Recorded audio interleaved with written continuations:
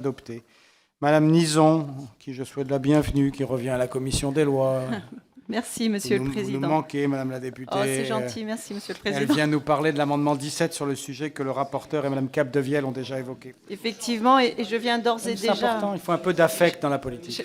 Un peu d'affect. Je veux d'ores et déjà vous remercier, Monsieur le Président, et merci aussi le rapporteur, parce que vous avez été d'un soutien indéfectible pour cet amendement et cette contribution aux victimes.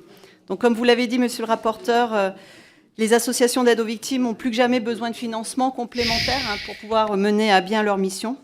Et c'est l'objectif de cet amendement qui vise à instaurer une majoration des amendes pénales, douanières, ainsi que des sanctions pécuniaires prononcées par certaines autorités administratives indépendantes, ce que l'on appelle les AAI.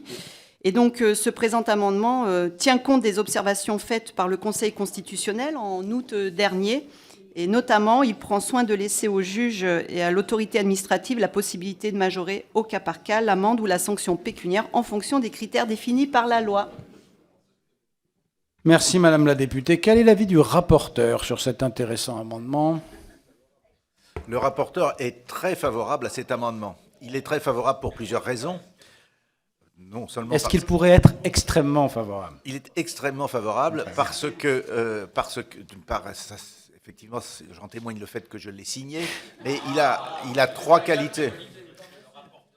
Je vous remercie. Il a trois qualités. La première qualité, c'est qu'il témoigne du souci permanent et constant que nous avons en direction des victimes. La deuxième qualité, c'est qu'il impose aux condamnés le financement des associations d'aide aux victimes, et ça ne me paraît pas injuste. La troisième qualité, c'est que ce financement s'étend non seulement aux condamnés des tribunaux correctionnels, mais également aux grands infracteurs, entre guillemets, économiques, qui sont sanctionnés par les autorités administratives indépendantes. Et il y a là une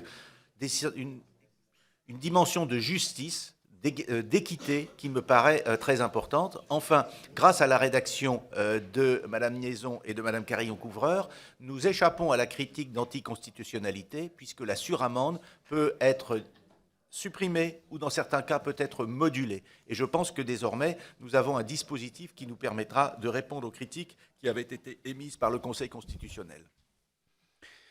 Je ne vois pas de demande d'intervention. Je vous propose donc de passer au vote sur cet amendement 17, qui a l'avis favorable du rapporteur. Qui est pour?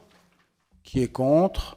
Qui s'abstient? C'est un amendement qui est adopté par la totalité de la commission des lois. Merci Madame Nison.